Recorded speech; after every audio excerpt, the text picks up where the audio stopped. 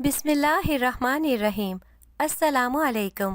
جہلم کے ایک گاؤں میں حاملہ ہونے کے بعد عورتوں کے پیٹ گھوڑے سے 8 ماہ تک کیوں چٹوائے جاتے ہیں، راز جان کر آپ کی بھی روح کانپ جائے گی۔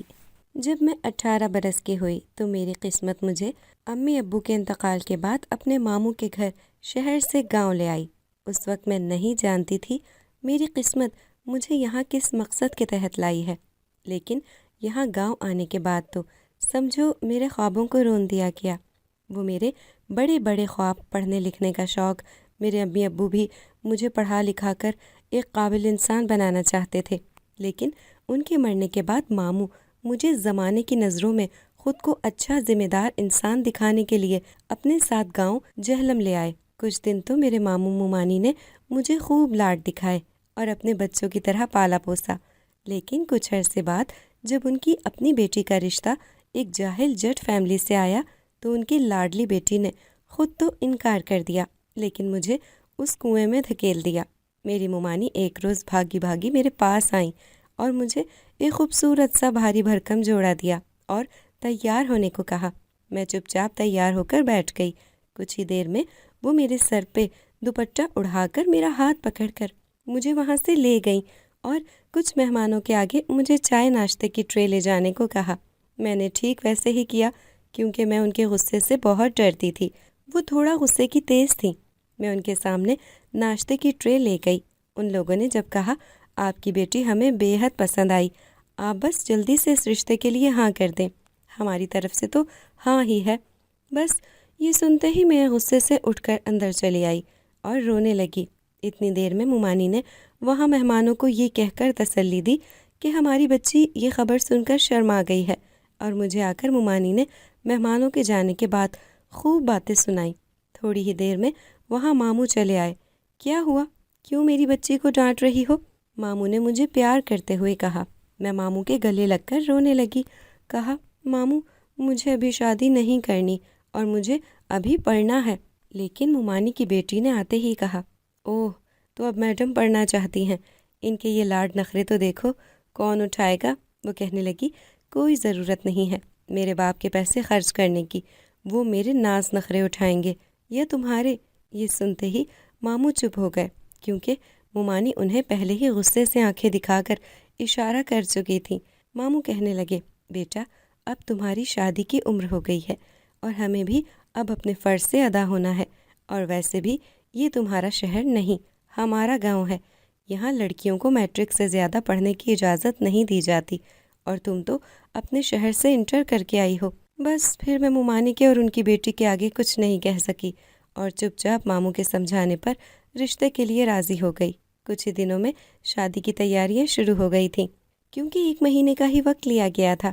مومانی مجھے جلد از جلد اپنے گھر کا کر دینا چاہتی تھی۔ میں دن رات امی ابو کو یاد کرتی اور سوچتی کہ واقعی انسان ماں باپ کے بغیر دنیا میں اکیلا ہو جاتا ہے، اور میں کب تک اس طرح ماموں پر بوجھ بنی رہوں گی؟ مومانی کا کہنا بھی غلط نہیں ہے، مجھے شادی کر کے اب اپنے گھر کا ہو جانا چاہیے، لیکن میں ایک ایسے لڑکے سے شادی کر رہی تھی جس کو میں نے ایک نظر دیکھا تک نہیں تھا، کیونکہ مجبوری تھی کہ یہ شہر نہیں، یہ ایک گاؤں ہے، یہاں جو کچھ ہوتا ہے وہ لڑکی کے گھر والوں کی مرضی کی بنا پر ہوتا، کیونکہ لڑکیوں کو اجازت لینا ضروری نہیں سمجھا جاتا تھا۔ میں یہ سب دل ہی دل میں خود سے باتیں کر رہی تھی۔ اتنے میں میری مومانی کی بیٹی آئی اور اتراتے ہوئے کہنے لگی سنو لڑکی، کوئی ضرورت نہیں ہے زیادہ شوشا کرنے کی، میرے ماں باپ کو پیسہ خرچ کرنے کا حق صرف مجھ پر ہے، تم ان سے جا کر کہو کہ میں سادگی سے شادی کرنا چاہتی ہوں، مجھے یہ سب کرنا پسند نہیں ہے۔ میں اس کے جانے کے بعد اپنے آنسو پونچھنے لگی کہ واقعی میرا کیا حق، میں تو بن باپ کی بچی ہوں، ان سب خوشیوں کا مجھے کوئی حق نہیں ہے۔ میں نے جا کر ماموں اور مومانی سے ٹھیک ویسا ہی کہا جیسا میری کزن نے کہا تھا، مجھے سادگی سے شادی کرنی ہے، میں یہ سب دھوم دھام کر کے فضول خرچ کر کے آپ کے اوپر بوجھ نہیں بننا چاہتی۔ یہ سن کر مومانی تو فوراً راضی ہو گئی اور ماموں نے میرے سر پر پیار سے ہاتھ رکھا اور اپنی بیوی بچی کو غصے سے ایک نظر دیکھا۔ وہ جان چکے تھے میں یہ سب کیوں کہہ رہی ہوں، لیکن وہ بھی اپنی بیوی کے آگے مجبور تھے، کیونکہ گھر میں ماموں کی بالکل نہیں چلتی تھی۔ ایسا نہیں مجھے اس شادی کی خوشی تھی، لیکن بس زور زبردستی کے آگے جو سب کچھ ہو رہا تھا اسے ہونے دے رہی تھی۔ میں نے اسے قسمت کا فیصلہ سمجھ کر قبول کر ہی لیا تھا۔ میرے کہنے کے مطابق میری شادی کے لیے لڑکے والوں کو مومانی نے سادگی سے 2-4 لوگوں میں ہی نکاح کر کے رخصتی دینے کے لیے راضی کر لیا، اور 1 مہینے بعد لڑکے کے گھر کے چند لوگ لڑکے کو لے کر ہمارے گھر تشریف لے آئے۔ اتنی دیر میں ماموں بھی قاضی کو لے آئے اور دلہن بنی میں سسرال جانے کو تیار ہو کر امی ابو کو یاد کر کے روتے ہوئے ماموں کے گلے لگ کر رونے لگی، اور مومانی نے میرا ہاتھ پکڑ کر مجھے پچکارتے ہوئے لڑکے کے برابر میں بٹھایا، اور ہمارا نکاح کچھ ہی دیر میں ہو گیا، اور مجھے رخصتی دے کر مومانی اور ماموں نے تو اپنی جان چھڑوا کر مجھے ہمیشہ کے لیے اپنے گھر کا کر دیا تھا۔ مجھے گاڑی میں بٹھا کر سسرال کے لیے روانہ کر دیا گیا تھا۔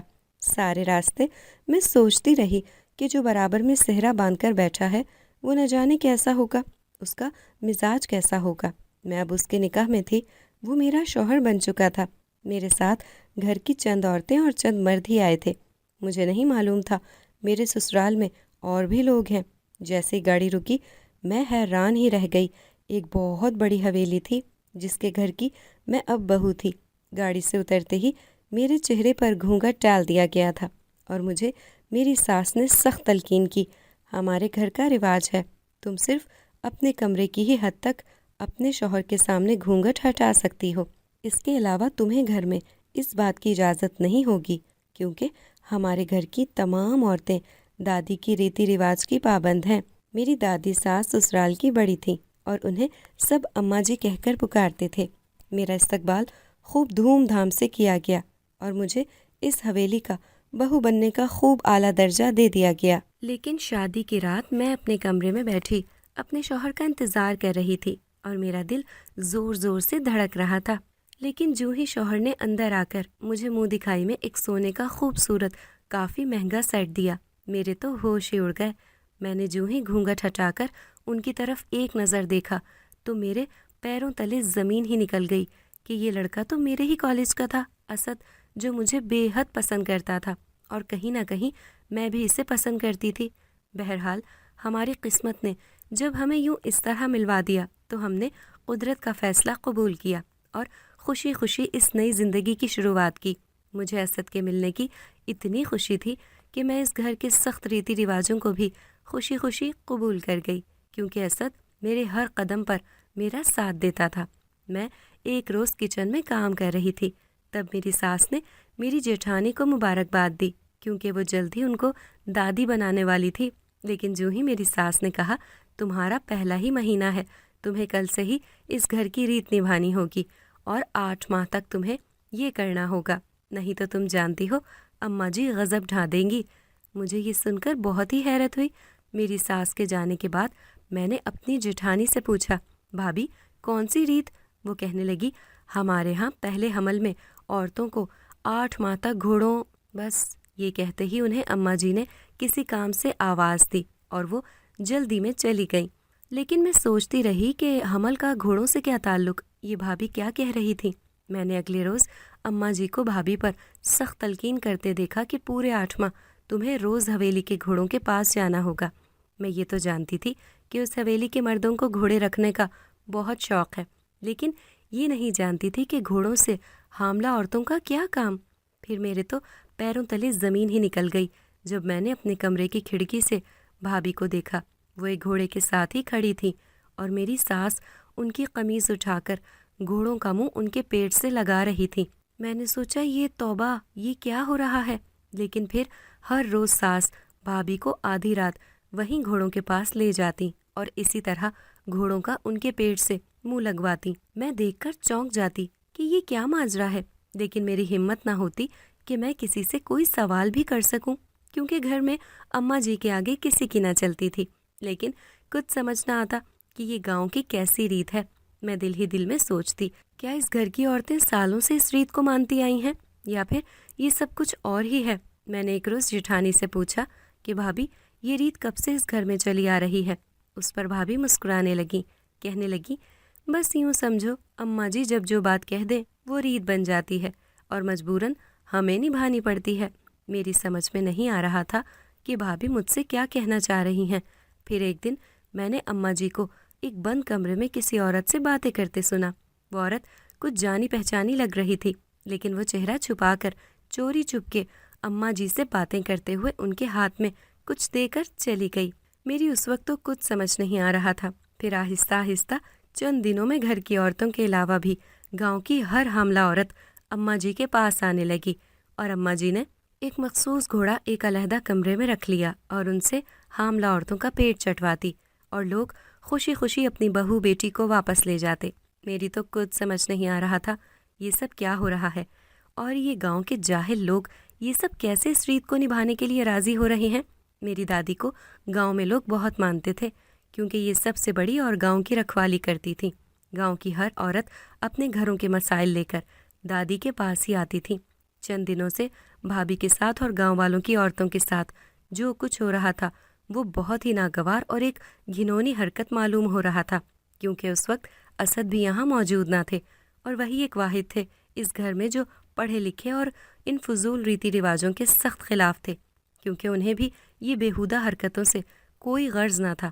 لیکن اماں جی اتنی سمجھدار ہونے کے بعد یہ کیا کر رہی تھی، سمجھ نہیں آ رہا تھا۔ پھر کچھ دنوں بعد مجھے الٹیاں لگ گئیں اور میں نے اپنے ٹیسٹ کروائے، لیکن میری دادی نے مجھے پہلے ہی سختی سے تلقین کر دی تھی کہ روز اس گھوڑے کے پاس جا کر تم ان روایات کی پابندی کرو گی، اور پورے 8 ماہ تک، کیونکہ اگر تم ایسا نہیں کرو گی تو تمہارا بچہ معذور پیدا ہوگا۔ مجھے یہ بات سنتے ہی حیرت کا جھٹکا لگا کہ اب یہ کیا نئی بات ہے جو سامنے آ رہی تھی، لیکن جو ہی میری ساس نے کہا ہاں یہ سچ ہے، اس گاؤں میں اس سے پہلے کئی معذور بچے پیدا ہوئے ہیں، لیکن جب سے اماں جی نے یہ ریت گاؤں میں شروع کی ہے، اللہ کا شکر ہے سب بہتر ہو گیا ہے۔ اس دن سے اس گاؤں میں کوئی معذور بچہ پیدا نہیں ہوا ہے۔ لیکن وہ عورت کچھ عرصے بعد پھر اماں جی کے پاس آئی اور ہاتھ میں کچھ دے کر چوری چھپے منہ چھپا کر واپس چلی گئی تھی، لیکن اس عورت کے ہاتھ سے ایک کڑا گر گیا تھا۔ میں اس وقت فوراً دوڑی۔ جب میں نے وہ کڑا اٹھا لیا تو میرے پیروں تلے زمین نکل گئی۔ وہ کڑا تو پھر میری ہسپتال سے رپورٹ آ گئی، اور واقعی میں امید سے تھی۔ ایک طرف مجھے اس بات کی خوشی تھی کہ میں اس گھر کو وارث دینے والی تھی، لیکن دوسری طرف مجھے بالکل قابل قبول نہیں تھا کہ ساس مجھے ہر رات اس کالے گھوڑے کے پاس لے جاتی تھی اور اس کے منہ سے میرا پیٹ لگواتی تھی۔ مجھے خوف سا آتا تھا، لیکن جب سے میں نے اس ریت کی پابندی کی میری طبیعت بگڑنے لگی تھی، لیکن میں مجبور تھی۔ کوئی میری بات پر یقین نہ کرتا، اور اسد بھی گاؤں میں نہیں تھے۔ وہ کسی کاروبار کے سلسلے میں شہر گئے ہوئے تھے۔ میرا اسد سے کوئی رابطہ نہیں ہو پا رہا تھا۔ پھر ایک روز مجھے اچانک میری ممانی کی بیٹی کا فون آیا۔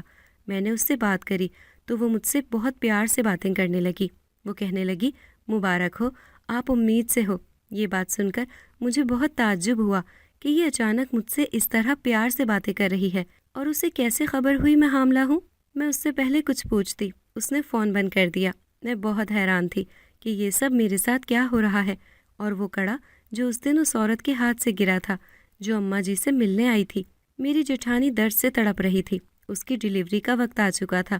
سب نے گھر میں دائی کو بلوا کر ان کا بچہ پیدا کروا دیا تھا، لیکن بچہ معذور پیدا ہوا تھا۔ مجھے بہت حیرت ہوئی کہ یہ سب کیسے ہو سکتا ہے، جبکہ انہوں نے پابندی سے اس ریت پر عمل کیا تھا۔ پھر کیسے بچہ معذور، جبکہ اماں جی کا کہنا تھا کہ گھوڑوں سے حاملہ عورتوں کا پیٹ نہ چٹوانے سے بچہ معذور ہوتا ہے۔ لیکن یہ سب، میں گھبرانے لگی۔ لیکن بچہ پیدا ہونے کے بعد میری دادی ساس نے تو نہ جانے کتنی باتیں سنا ڈالی تھی میری جٹھانی کو، اور کہتی رہیں یہ سب تمہاری لاپرواہی کی وجہ سے ممکن ہوا ہے۔ میری دادی ساس نے تو غضب ہی ڈھا دیا تھا۔ پورے گاؤں کی عورتوں کو حویلی پر جمع کر کے معذور پوتی کو دکھایا اور کہا دیکھو لاپرواہی کا نتیجہ۔ اس لیے سب کو سخت تلقین کی جاتی ہے کہ اس طرح اس ریت کو باقاعدگی سے حاملہ عورتیں پورے 8 ماہ نہیں نبھائیں تو معذور بچے کی پیدائش کے وہ خود ذمہ دار ہوں گے۔ یہ بات سن کر گاؤں کی ساری عورتیں ڈرنے اور سہمنے لگیں۔ اب تو روز پہلے کی معمول کی نسبت عورتوں کا رش اس بند کمرے میں گھوڑوں کے ساتھ رہنے لگا، کیونکہ حاملہ عورتیں 8 ماہ تک روز معمول کی نسبت آتی اور اماں جی کے ہاتھوں اس ریت کو پورا کرتی تھی۔ لیکن میرے دل میں وہم آتا اور دل خوف کھانے لگتا کہ یہ سب کیا بیہودہ حرکت کی پابندی کی جا رہی ہے۔ لیکن میری ساس مجھے آدھی رات اس کمرے میں لے جاتی اور کالے گھوڑے کے آگے کھڑا کر دیتی۔ مجھے بھی اس طرح کرتے کرتے 4 ماہ گزرنے ہی والے تھے۔ ایک روز میری ممانی اور میری کزن میرے سسرال خوب تحفے تحائف لے کر اور مٹھائی لے کر میری اماں جی اور ساس کے پاس آ کر ملنے لگیں اور مجھے بھی گلے لگا کر مبارکباد دینے لگیں۔ مجھے بہت حیرت ہوئی کہ اچانک ان کا یہ بدلا ہوا رویہ مجھے حیران کرنے لگا۔ مجھے کچھ لمحوں کے لیے خیال آیا کہ انہیں میرے حاملہ ہونے کی خبر کس نے دی۔ پھر سوچا ہو سکتا ہے میری ساس نے یا اسد نے دی ہوگی۔ وہ مجھ سے خوشی خوشی ملی اور خاص کر میری دادی ساس نے، جیسے انہیں برسوں سے جانتی ہوں۔ ایک روز میں نے اپنی جیٹھانی سے پوچھا، کیا واقعی آپ نے بد احتیاطی کی ہے جو یہ بچہ؟ وہ رونے لگی، کہنے لگی مجھ سے کسی کی بھی قسم لے لو، میں نے ایک دن بھی ایسا نہیں کیا کہ میں گھوڑے کے پاس نہ گئی، لیکن پھر بھی، اور یہ بات تو میری ساس بھی جانتی ہیں، لیکن اماں جی کے آگے وہ بھی چپ اور خاموش۔ مجھے تو سمجھ نہیں آتا انہوں نے ایسا کیوں کیا کہ میرا بچہ معذور پیدا ہوتے ہی وہ چپ ہو کر پیچھے ہٹ گئی اور اماں جی مجھے سب کے سامنے الزامات دینے لگیں۔ نہیں معلوم میرے ساتھ یہ سب جان بوجھ کر کیا گیا ہے یا پھر معاملہ کچھ اور ہے۔ بھابھی کی باتیں سن کر میں فوراً سٹ پٹا گئی اور حیرت زدہ ہو گئی۔ بھابھی جو کہہ رہی ہیں کیا واقعی وہ سچ ہے یا پھر؟ اب روز میں ڈری اور سہمی ہوئی ساس کے ساتھ گھوڑے والے کمرے میں جاتی، لیکن میری ساس مجھے گھوڑے کے پاس جاتے ہی مجھے 6واں مہینہ چل رہا تھا اور میرا دل بیٹھا جا رہا تھا جب ایک روز اسد کا فون آیا اور وہ کہنے لگے مجھے تھوڑا کام ہے کیونکہ شہر میں بہت کچھ غلط چل رہا ہے اور ہمارے گاؤں میں چیزوں کے ہونے کا خدشہ سننے میں آ رہا ہے، لیکن تم اپنا خیال کرنا، میں جلدی لوٹ کر آتا ہوں۔ میرے شوہر اسد سوشل ویلفیئر میں کام کرتے تھے، وہ لوگوں کی دیکھ بھال اور ان کی صحت کے پروگراموں میں بڑھ چڑھ کر حصہ لیتے تھے، لیکن انہوں نے جو کچھ مجھے فون پر بتایا اور یہاں جو کچھ پچھلے 1 سال سے چل رہا تھا وہ ہوتا دیکھ میرا شک یقین میں بدلنے لگا تھا۔ لیکن یہاں تو کوئی ہماری باتوں پر یقین نہ کرتا، اور تو اور ہمیں خاندان کے خلاف جانے پر شاید اس گاؤں سے ہی نکال دیا جاتا، لیکن اسد کا ساتھ میرے لیے بہت ضروری تھا۔ اس وقت میں جس حال سے گزر رہی تھی، میں روز اپنی ساس کے ساتھ اس بند کمرے میں جاتی اور ساتھ ہی وہ گھوڑا دیکھ میری تو جان ہی نکل جاتی تھی، لیکن ہر بار کی طرح میری ساس مجھے صاف اور سختی سے کہتی۔ میں نے سب سے پہلے اس عورت کا چہرہ دیکھنا چاہا جو چھپ چھپ کر میری ساس کے پاس آتی تھی اور منہ چھپائے ان کے ہاتھ میں کچھ دے کر جاتی تھی۔ میں اس کے بارے میں ساری معلومات کرنے لگی اور چوری چھپے میں بھی حویلی سے باہر جا کر گھر گھر جا کر تمام حاملہ عورتوں سے ملنے جلنے لگی اور ساری معلومات لینے لگی، کیونکہ میں جانتی تھی گاؤں میں جو کچھ چل رہا ہے وہ کیوں ہو رہا ہے اور اس کے پیچھے کس کا ہاتھ ہے۔ جوں میری ڈیلیوری کے دن قریب آ رہے تھے، میرا دل ڈرنے اور سہمنے لگا تھا کہ نہ جانے میرے بچے کے ساتھ کیا کچھ ہونے والا تھا، لیکن میں کچھ نہیں کر سکتی تھی۔ مجھے اس معاملے میں اسد کی سخت ضرورت تھی، اس کا یہاں ہونا میرے لیے بہت ضروری تھا، کیونکہ اسد نے مجھے جو کچھ بتایا وہ یہاں کافی پہلے سے چل رہا تھا۔ ان کا شک بالکل ٹھیک تھا۔ میں یہاں سارے ثبوت اکٹھے کرنے لگی اور صرف اسد کے آنے کا انتظار کرنے لگی، اور میں چاہتی تھی میری ڈیلیوری سے پہلے ہی اسد یہاں میرے ساتھ موجود ہوں، نہیں تو یہ لوگ میرے اور میرے بچے کے ساتھ نہ جانے کیا کر جائیں گے۔ جیسی جیسی میری ڈیلیوری کا وقت قریب آ رہا تھا، میری تو جان ہی نکلی جا رہی تھی اور دیکھتے ہی دیکھتے مجھے درد شروع ہو گئے تھے۔ میرا وقت بھی آ چکا تھا، لیکن میں اور میری ساس جانتے تھے ہم نے کیا کیا ہے۔ ان 8 ماہ میں اماں جی نے دائی کو بلوایا اور کچھ ہی گھنٹوں میں نے روتے ہوئے ایک بچی کی آواز سنی۔ مجھے خبر دی گئی کہ مبارک ہو، بیٹی پیدا ہوئی ہے اور اللہ کے فضل و کرم سے بیٹی بالکل ٹھیک ٹھاک ہے۔ پھر جیسے ہی میں نے یہ خبر سنی، میں نے سکون کی سانس لی اور کچھ ہی دیر میں مجھے خبر ملی کہ اسد بھی آ چکے ہیں اور وہ اپنی بیٹی کو گود میں لیے بہت خوش و خرم ہیں۔ یہ سب ہونے کے ساتھ ساتھ ہی میری اماں جی مجھ پر ناراضگی ظاہر کرنے لگی اور کہنے لگی ایک بہو نے بیٹا پیدا کیا تو وہ بھی معذور، اور دوسری نے تو بیٹی ہی پیدا کر ڈالی۔ یہ بات سن کر تو اسد اماں جی پر بہت غصہ ہو گئے اور کہنے لگے اماں جی آپ اس گھٹیا سوچ کے ساتھ اب تک جی رہی ہیں، بلکہ آپ کو تو اللہ کا شکر ادا کرنا چاہیے، کیونکہ آپ نہیں جانتی پچھلے کچھ دنوں سے اس گاؤں میں کیا چل رہا ہے۔ یہ سنتے ہی میرے تو ہوش ہی اڑ گئے تھے۔ اسد نے سب کو سچائی بتا دی تو غضب ہو جائے گا، کیونکہ اس وقت یہ صحیح وقت نہیں تھا ان سب باتوں کا، کیونکہ ابھی کچھ اور ثبوت جمع کرنے ضروری تھے جو اس معاملے کی تہہ تک پہنچنے میں اسد اور میرا سہارا بنتے۔ سب کے جانے کے بعد اسد نے میرا شکریہ ادا کیا اور مجھے اس بچے کی پیدائش کی مبارکباد دی، لیکن میرے منہ پر مایوسی دیکھ کر اسد سمجھ چکے تھے کہ میں ان سے کچھ کہنا چاہتی تھی، لیکن ایک طرف میں اپنی ممانی کو لے کر بہت شرمندہ بھی تھی، کیونکہ انہوں نے اتنا شرمناک کام جو کیا تھا، اور تو اور مجھ سے بدلہ لینے کے لیے میری کزن نے بھی برابر ان کا ساتھ دیا، اور دوسری طرف اپنی اماں جی کی سچائی سن کر تو اسد مجھ پر ہی برس پڑتے۔ لیکن سچائی کو سامنے لانا ہی اس حویلی اور گاؤں والوں کے لیے بہت ضروری تھا، کیونکہ یہاں کوئی اتنا پڑھا لکھا نہیں تھا جو میری اور اسد کی باتوں پر یقین کرتا۔ لیکن میں اسد کو ساری سچائی بتانے کے ساتھ ساتھ سارے ثبوت بھی دکھانا چاہتی تھی، کیونکہ سارے ثبوتوں کے ساتھ ہی اسد میری باتوں پر یقین کر لیتے، اور ایسا ہی ہوا۔ جب میں نے اسد کو سب کچھ بتایا تو پہلے تو اسد کو میری باتوں پر یقین نہیں ہوا، الٹا وہ مجھ پر غصہ کرنے لگے کہ تم میری اماں جی پر اتنا بڑا الزام کیسے لگا سکتی ہو، تم جانتی بھی ہو تم کیا کہہ رہی ہو۔ لیکن جب میں نے تمام ثبوت اسد کے سامنے رکھے اور ایک ایک اس شخص سے ملوایا جنہوں نے حاملہ ہوتے ہی ان گھوڑوں کے ساتھ وہ ریت نبھائی تھی، تب اسد بھی یہ جان کر بہت شرمندہ ہو گئے کہ ان کی اماں جی سے انہیں یہ امید بالکل نہ تھی۔ لیکن یہی سچائی تھی، وہ حاملہ عورتوں کا 8 ماہ گھوڑوں سے پیٹ چٹوانے کا راز اس طرح شرمناک ثابت ہوگا سوچ بھی نہیں سکتے تھے۔ اسد میرا ہاتھ پکڑ کر فوراً حویلی میں آ گئے اور تمام گھر والوں کو وہاں جمع کر لیا گیا، اور اسد بے حد غصے میں اماں جی پکارنے لگے۔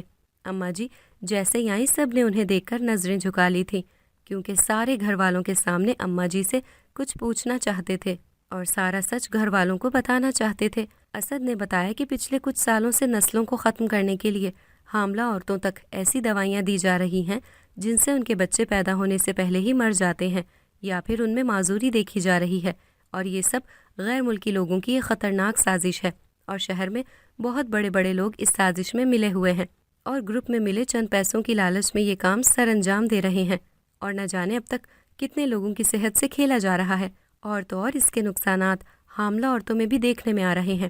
یہ سنتے ہی اماں جی فوراً گھبرانے لگیں اور پریشان ہو گئیں اور سر پکڑ کر وہیں بیٹھ گئیں۔ سب لوگ انہیں پریشان دیکھ کر حیرت زدہ ہو گئے، کیونکہ اماں جی کو اتنا پریشان کسی نے کبھی نہیں دیکھا تھا۔ لیکن پھر اماں جی نے کچھ ہی دیر میں وہاں میری ممانی اور ان کی بیٹی کو فوراً فون کر کے بلوایا۔ کچھ ہی دیر میں وہ لوگ وہاں آ گئے، لیکن جو ہی اماں جی نے سب کے سامنے میری ممانی کے منہ پر زوردار تھپڑ مارا، سب لوگ یہ دیکھ کر بہت حیرت زدہ ہو گئے کہ یہ سب کیا ہو رہا ہے۔ لیکن جب اماں جی نے پولیس کے حوالے ممانی کو کیا تو سب نے اماں جی سے اس بات کی وجہ پوچھی۔ تب اماں جی سب کو رو رو کر بتانے لگیں کہ یہ سارا جو کچھ ہوا یہ سب اس عورت یعنی میری ممانی کا کیا دھرا تھا۔ میرے جیٹھ نے حیرانگی سے کہا، کیا مطلب ہے اماں جی آپ کا؟ وہ کہنے لگی، میرے پاس کچھ عرصے پہلے یہ عورت میری ممانی آئی تھی اور مجھے ڈرانے دھمکانے لگی کہ آج کل اماں جی بیماری پھیلی ہوئی ہے جس سے بچے پیدائشی معذور پیدا ہو رہے ہیں، لیکن میں نے معلوم کیا ایک ہی راستہ ہے پورے گاؤں والوں کو اس بیماری سے بچانے کا، وہ یہ ہے کہ میں آپ کو شہر سے ایک دوائی لا کر دوں گی جسے آپ نے گھوڑوں کے منہ میں ڈالنا ہے، اور ان سے حاملہ عورتوں کے پیٹ تک پہنچانے کی یہی ایک ایسی دیسی ٹوٹکا ہے جو اس بیماری سے ہر حاملہ عورتوں کو بچا سکتا ہے۔ اس طرح میں نے اپنی گاؤں والوں کی ذمہ داری نبھاتے ہوئے یہ فیصلہ کیا کہ میں اسے گھر والوں اور گاؤں والوں کے لیے ریت بنا دوں گی اور تمام لوگ اس پر عمل کر دیں گے۔ بس اس طرح میں نے گھوڑوں کا انتظام کیا اور کمرہ بنایا اور تمام حاملہ عورتوں کو اس بات کے لیے راضی کیا۔ اتنی دیر میں بول پڑی کہ یہ سب ایک سازش تھی، کیونکہ مجھے پہلے ہی شک تھا۔ میں نے اپنی ساس کو اس بات کی خبر دے دی تھی، اس لیے چھپ کر وہ مجھے اس کمرے میں ضرور لے جاتی تھی، لیکن مجھے اس گھوڑے کے قریب جانے سے صاف انکار کر دیتی تھی، کیونکہ وہ جانتی تھی کہ میری جیٹھانی کے ساتھ جو کچھ ہوا وہ بچے کا معذور ہونا، اور جبکہ اس نے تو ہر رات گھوڑے سے وہ سب کچھ کروایا تھا جو اماں جی نے اسے کہا تھا، لیکن اس کا بچہ معذور پیدا ہوا۔ لیکن پھر میں نے گاؤں گاؤں جا کر حاملہ عورتوں سے معلوم کیا، سب کا کہنا یہی تھا کہ جن جن عورتوں نے گھوڑوں کے ساتھ یہ سب کیا وہ سب کے بچے معذور پیدا ہوئے، لیکن بیچارے یہی سمجھتے رہے کہ ان سے ہی کوئی لاپرواہی ہوئی ہوگی، کیونکہ اس گاؤں کے لوگ پڑھے لکھے نہیں تھے، اور پھر میری کزن نے جیلیسی میں یہ سب کیا ہے کیونکہ اسے لگا تھا میرا رشتہ ایک ان پڑھ گوار سے آیا ہوگا۔ لیکن شادی کے بعد جب اس نے میرے شوہر اسد کو دیکھا جو پڑھا لکھا اور ایک کامیاب انسان، بڑا عالیشان گھر بار، تو اس سے برداشت نہ ہوا۔ پھر اس نے اپنی ماں کے ساتھ مل کر جب اسے پتہ چلا میں حاملہ ہوں تو اس گروپ میں شامل ہو کر میری دادی ساس کے ہاتھوں یہ سب کروایا، تاکہ نہ صرف مجھے اور میرے بچوں کے نقصان پہنچے بلکہ گاؤں والوں کے ساتھ بھی جو کچھ ہو اس میں میری حویلی کے لوگوں پر ہی الزامات آئے، اور اس طرح میری ممانی اور ان کی بیٹی کی سازش اور چند پیسوں کی لالچ میں وہ غیر ملکی لوگوں کے ساتھ مل کر پاکستانی عوام کی صحت ان کے بچوں کو معذور کرنے میں کامیاب ہو گئے، لیکن وقت کے ساتھ ساتھ میرے اور اسد کے پڑھے لکھے ہونے کی وجہ سے آج اس معاملے کی تہہ تک پہنچنے میں مدد ملی۔ اس طرح سارے معاملات جلد ہی ٹھیک ہو گئے اور اماں جی نے پورے گاؤں میں تعلیم پر زور دینے کی تلقین کی اور سب سے معافی مانگی، اور ساتھ ساتھ جٹھانی کے معذور بچے کو شہر بھیج کر اس کا مکمل علاج کروایا اور وہ پوری طرح ٹھیک ہو کر واپس آ گیا۔ میرے شوہر اور میں نے اپنی بیٹی کے ساتھ خوشحال زندگی گزارنے کا فیصلہ کیا اور اماں جی سے ہم دونوں نے اجازت لی اور شہر آ کر شفٹ ہو گئے۔ ادھر میری کزن اپنی ماں کو جیل میں دیکھ کر میرے پاس آ کر رو رو کر اپنی غلطیوں کی معافیاں مانگنے لگی اور مجھ سے التجا کرنے لگی کہ جلد از جلد اپنی ممانی کو جیل سے چھڑوا لو، لیکن میں نے اسے کہا نہیں، ایسا میں ہرگز نہیں ہونے دوں گی۔ انہوں نے کتنے لوگوں کی صحت سے کھیلا ہے، اور تو اور کتنے لوگوں کی اس طرح جانیں بھی گئی ہوں گی، اور کتنے معصوم بچے پیدا ہونے سے پہلے ہی معذوری کا شکار ہو گئے۔ انہیں ان کے کیے کی سزا ضرور ملنی چاہیے۔ اور اس طرح اسد اور میں نے کورٹ سے التجا کی اور ممانی کو سخت سے سخت سزا دلوانے کو کہا۔ یوں اس طرح ممانی کو بھی عمر قید کی سزا ہو گئی اور میرے ماموں جان نے بھی ان کی اس شرمناک جرم کی مجھ سے اور گاؤں والوں سے دل سے معافی مانگ لی تھی۔ اگر آپ کو ہماری آج کی کہانی پسند آئی ہے تو اسے لائک کریں، شیئر کریں اور چینل کو سبسکرائب کرنا مت بھولیے گا تاکہ آپ کو ہر نئی آنے والی ویڈیو کا نوٹیفیکیشن بر وقت ملتا رہے۔